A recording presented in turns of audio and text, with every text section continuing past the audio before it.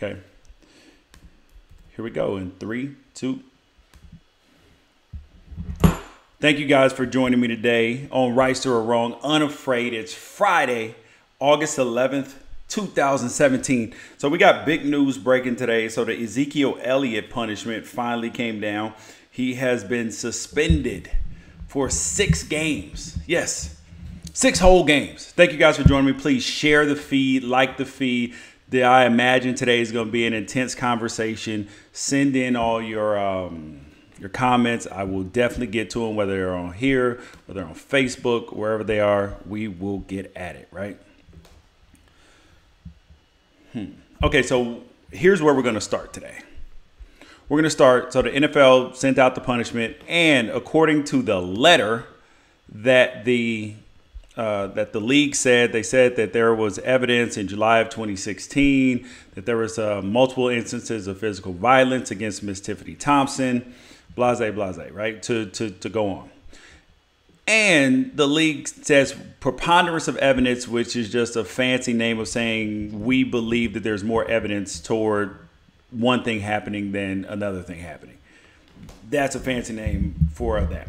Then here's the problem with this whole suspension with the NFL is if a case has been already thrown out by the police. Mind you, this is not Greg Hardy's case. This is not a case where he was found guilty, he paid her off, and now this has happened. No, this Tiffany Thompson lady was cooperating with the police from the beginning. And then she cooperated with the NFL. The police had the pictures, the same pictures that the NFL has, all of this, but then they determined that there was no case to be filed. Why do you think that is? Why do you think that is? I don't know. And if the NFL has all of this evidence against Ezekiel Elliott, why wouldn't they turn it over to the police? That way they can file a case. Because if you commit domestic violence, if you commit a crime, man, woman, whatever it is, you should go to jail. However, also, if you falsely accuse somebody of a crime and it's found that what you said wasn't true, you should go to jail for however much time that they should go to jail. Because it is a crime it should be punishable, like seriously punishable, not just financially, but seriously punishable by jail time if you accuse somebody of something that they did not do. So there's a bunch of layers to this, right? There is the layer of that, yes, the commissioner does have this power. Same way he suspended Tom Brady.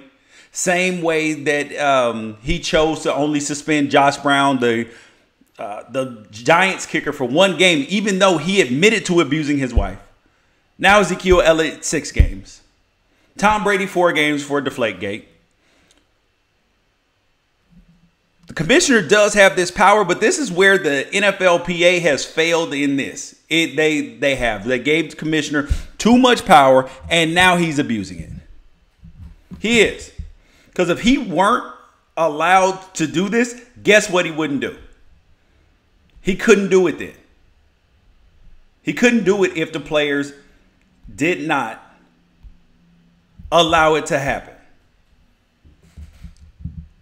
And then when the CBA comes back out in 2020, when there's probably another lockout or a strike, the NFLPA is already going to have to fight off 18 games.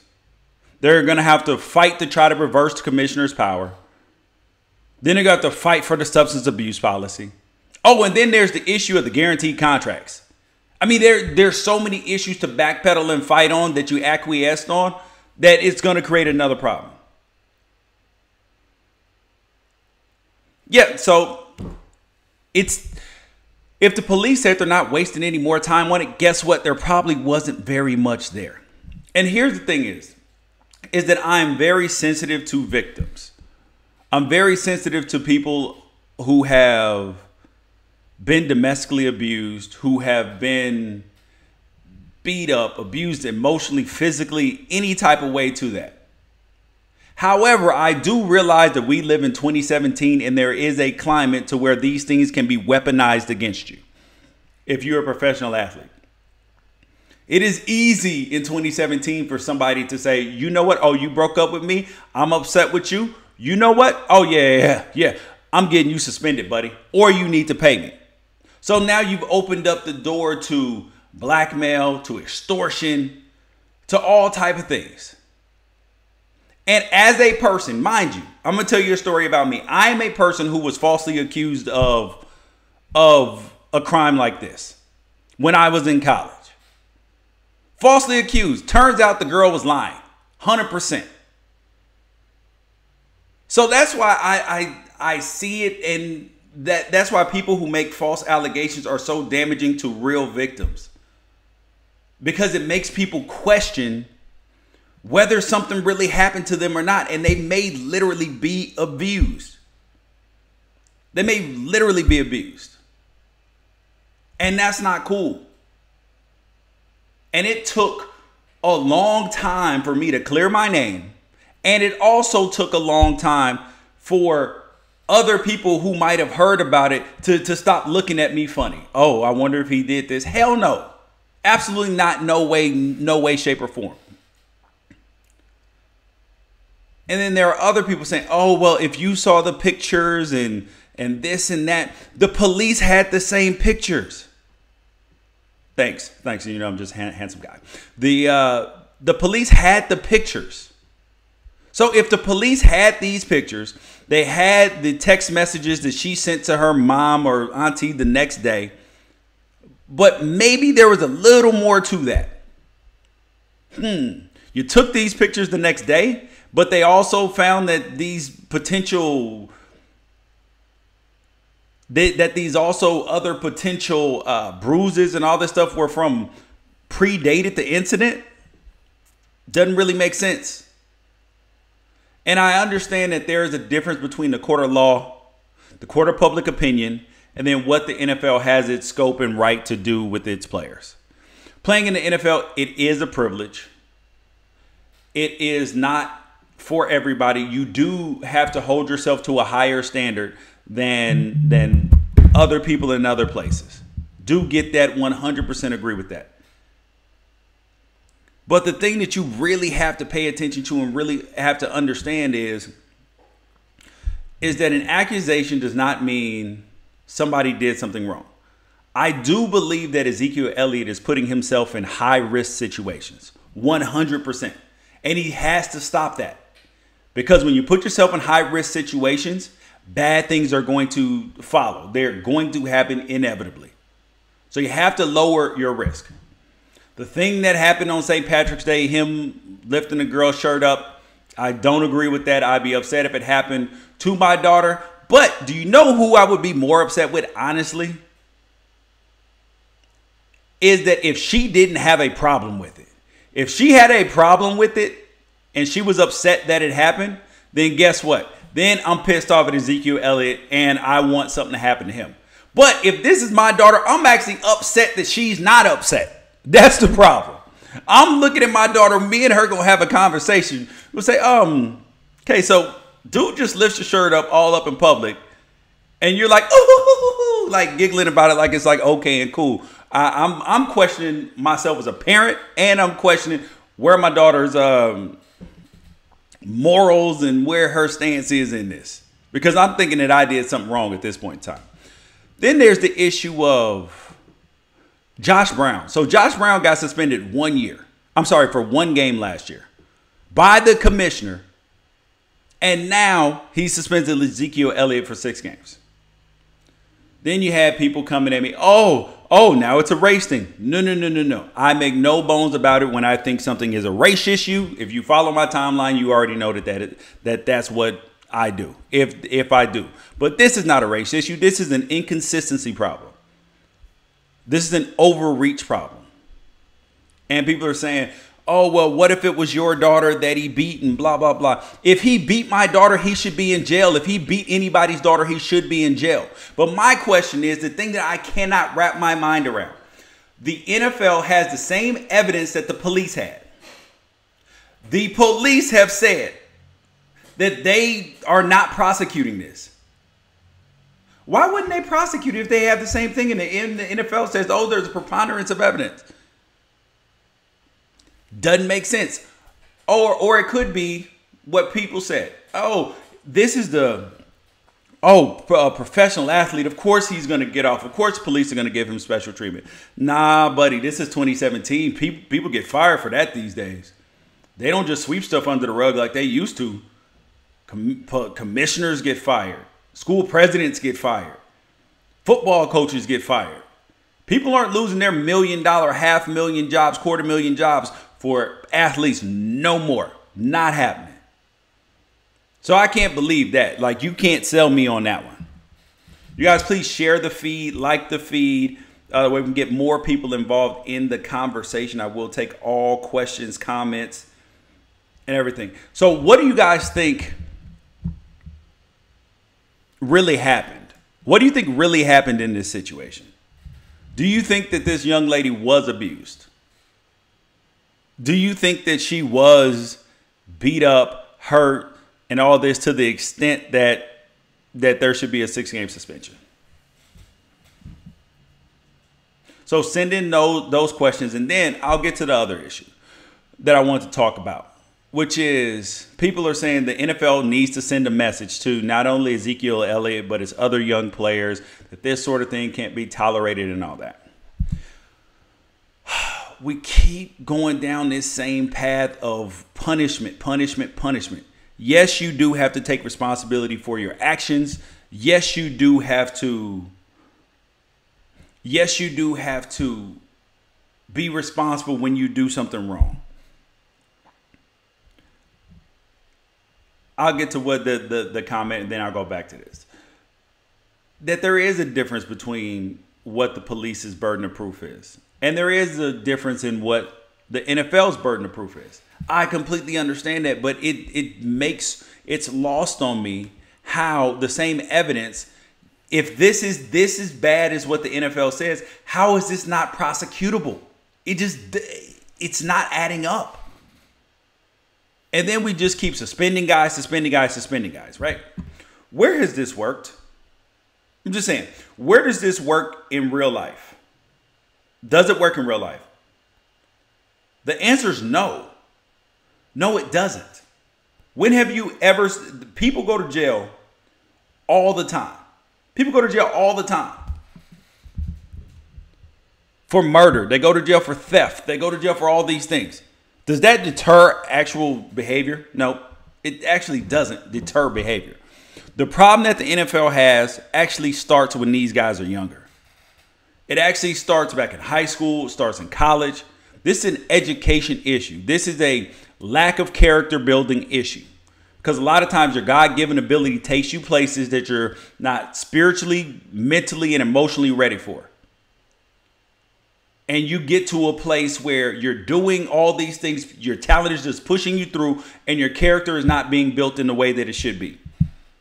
You're not taught. Yes, people say, oh, this is right, this is wrong, you should know this, know that. But you're not taught conflict management skills. You're not taught how to cope with loss. You're not taught all of these things. But you are elevated to a place where you are actually expected to be more responsible and more diligent than normal human beings are. But you're not given the skill set to do that. So please explain to me why. Can anybody out there please explain to me why? Google, Amazon, Nike, Facebook, the biggest, Microsoft, the biggest companies in the world invest a lot of money in their employees' mental, spiritual, and emotional health. Why do they do that? But the NFL doesn't. They give you like this little breeze by course. Oh, choices, decisions, consequences. They give you this breeze by thing. I got kids. You know how many times you have to tell your kids something sometimes before they get the message? A lot. A lot sometimes.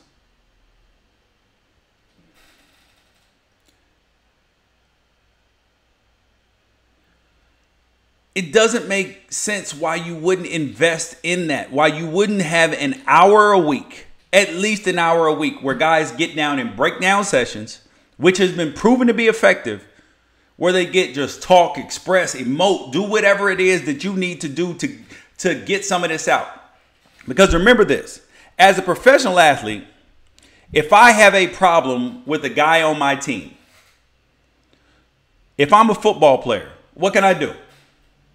I get a chance to go out there and hit people. I can go hit the sled. I can go get this energy off, all that, right? If I'm a basketball player, I can go shoot baskets and go bump into the pad, dunk the ball until my hands bleed. If I'm a baseball player, I can go bap, bap, bap, hit the ball, get some of that frustration, anger out. If I'm mad at a teammate, if I'm mad at a coach, any of them things. If I get home and my wife, if Denisha keep on talking and I can't get her to shut up, if I'm just like, can I please just get a minute, just be quiet, please, please, please. And if I don't have good conflict management skills,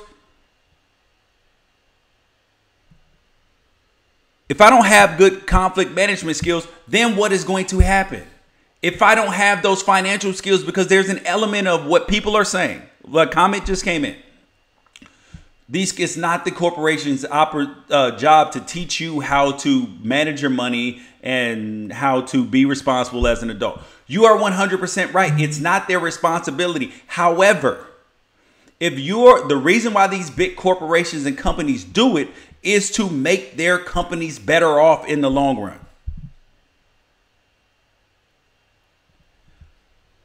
They know that they get more productivity out of their employees when they're healthy. They know that. So that's why they invest in it. So why the NFL doesn't, it is beyond me. It is beyond me why you would continue to get black eyes every single year and you don't do anything about it. Then people are trying to make this a race issue. Or a patriot hate issue. Bet you aren't saying that about Tom Brady. I've said from all along, I believe Tom Brady knowingly broke the rules. The Patriots, Bill Belichick, all of them knowingly broke the rules. But the same way here, I do not believe that the league had the right or precedent to suspend him in the way that they did.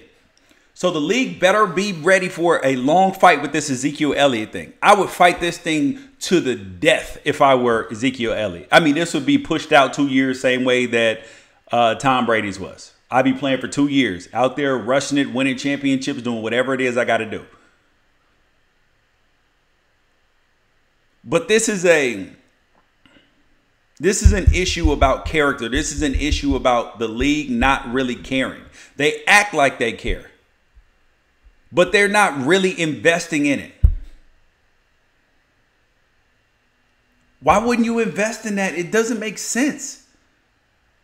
Every other company out there, they do this. They invest in their employees' mental, physical, emotional, and spiritual health. But the NFL doesn't. And then they say, oh, well, we're just going to suspend guys. Guys need to be responsible. They get paid like grown men. They need to act like grown men. Yeah, I would agree with that. But how many times, if you look back and when you were 23, 24 years old, would you have made correct decisions, especially with millions of dollars in your pocket? Could you have done that? I mean, like, let's be honest. Could you have made good decisions with millions of dollars in your pocket? I'm just asking. I mean, seriously. Guess what? The answer is no. You could not have made good decisions on a consistent basis with millions of dollars in your pocket, and then also you feel like Superman. That's just not possible without education, without being taught these things. So yes, it's an NFL issue, but even bigger than that, this is a college and a high school level issue. Because let's say you're a basketball player. You're a phenomenal high school basketball player. I remember that there was this kid, I went to double pumps camp when I was in high school. And there was this dude there. I forgot his name. He went to Auburn, but he was known out here in California as Super Crip. Yes, Super Crip. And people knew exactly who he was. And I remember we were standing in line to get our jerseys. And I was right behind him. I didn't know who this dude. I knew who he was from basketball, and I remember people saying he was Super Crip, but I was like, wow, that's a hell of a nickname. And the jersey colors, I believe, were black and red, and they were black and red and blue and or black and white or blue and white or something. Guess which team Super Crip ended up on? Super Crip ended up on the black and red team. This dude made the biggest fuss you've ever seen. He cussed the people out, went off. Oh man, you know, cuz I'm not wearing this, blah, blah, blah. That whole deal, right? Just went off on the organization, on the organizers of the tournament. It's a high school tournament. And guess what they did? They switched his damn team. They switched his team. Goes on scholarship to Auburn. I don't know whether he graduated or not, but he had a little issue there. But this is where things go unchecked. They go unchecked when you're young if you're talented.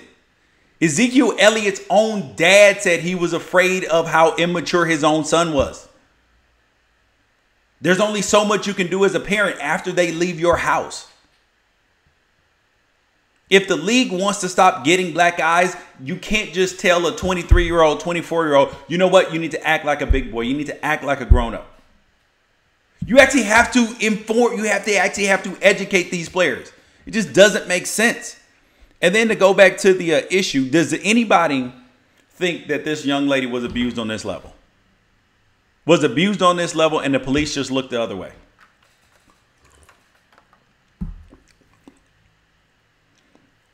Because judging from my timeline, I don't think so. Oh, not linked on Facebook. I had to find it on Twitter. Okay. Okay. I'll send it out from my, hold on. Let me send it out from this page as well to my Facebook page. The way everybody can get on. Okay. So does anybody think that she was abused on this level?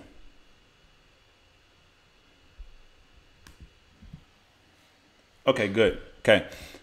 Now we got it. Thanks for the update, people. Because it just doesn't make sense as to why how the NFL could have this punishment. I mean, could have this sort of ruling and they have the same evidence that the police have. So you think the police just look the other way? I doubt it. I doubt it. And then there's the issue of the Roger Goodell issue.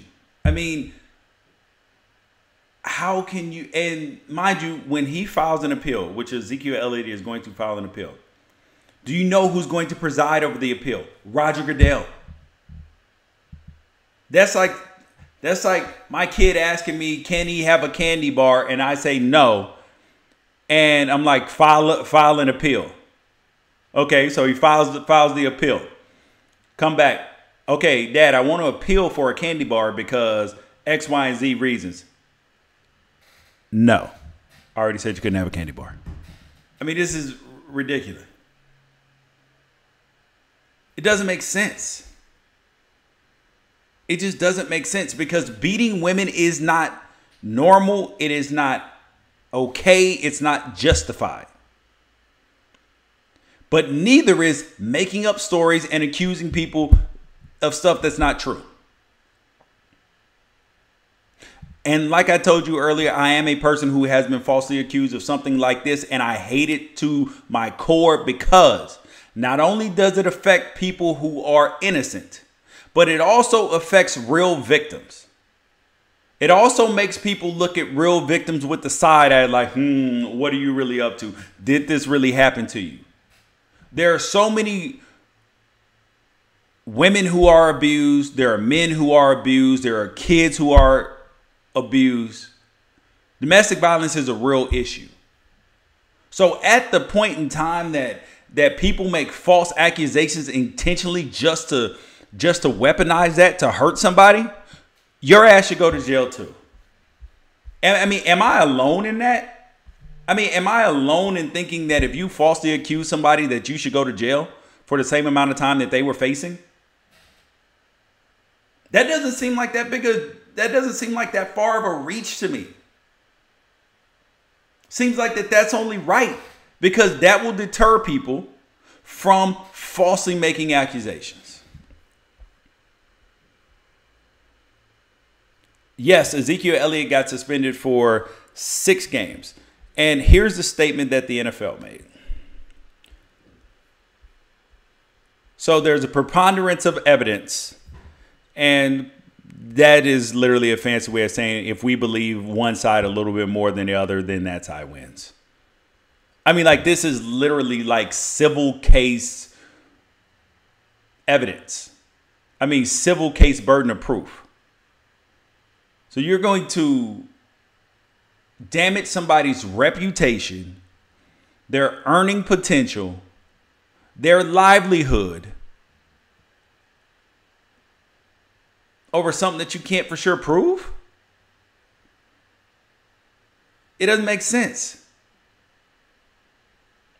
I mean, I am not in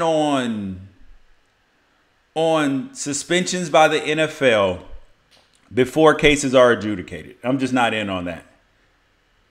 Because things come up. Why should a player, like when you have a player who gets suspended, well, when he gets arrested and you don't know what the hell happened and they immediately suspend him, it just doesn't make sense to me. Then the other issue is the substance abuse policy. The substance abuse policy is just brutal. I mean, it's just brutal because you have guys who are not problem guys. They're not guys who are an issue, but they still get suspended and all this stuff. I see your comments, Curtis Ray Jr. Yeah, it is all about character. And a lot of that gets pushed aside in all these kids. I'm just more frustrated with probably this whole Ezekiel Elliott thing than anything, simply because I know how this situation goes. I see what path we're traveling down, where these things can be weaponized against you, and the NFL is not consistent in its policy in handling these transgressions. It's just not. I don't think it's a race issue. I don't think it's I don't think that they're out to get the Cowboys. I don't think they're out to get the Patriots. I think that Roger Goodell has too much power. I think that if you want to suspend people, then an outside arbitrator needs to do that. And then in reality, it actually helps the league look better. Because people are saying, oh, what is Roger Goodell to do? What is he to do? He's facing public scrutiny. Same thing with the concussion. Same thing with the head injuries. People get mad that these guys get suspended and fined for these hits. But you're missing the issue. The same thing with the concussion issue. You're missing the point, which is with the concussion issue, Roger Goodell has options there too. The majority of the concussion problem is not from games. You play 16 games the entire season. You may have 1,000 plays in the entire year. What used to happen is you would have 4, 5, 6, 8, 12,000 hits during a season in practice. That's where the problem is in practice. When you're doing all the collisions, you're doing way more collisions in practice than you are in a game. But people don't realize that. They think these big hits, even if a guy gets knocked out, yes, that's a bad thing. But the problem is, according to when you read research on concussions, if you let your concussion fully heal, the impact, long-term and short-term, are less than if you just had repeated head hits and you didn't have a major concussion. It's practice that's the problem, not the damn games. You guys, thank you guys for joining me today on Wrighster or Wrong. I appreciate you. Please continue to join the conversation. Please share the feed. Enjoy it. Have a great weekend. If you have any comments, questions, you can find me on Facebook. I'm easy to find. You can find me on Twitter. Send me an email, link in the bio, Periscope, whatever it is. Thank you guys for joining me. I appreciate it. Peace out.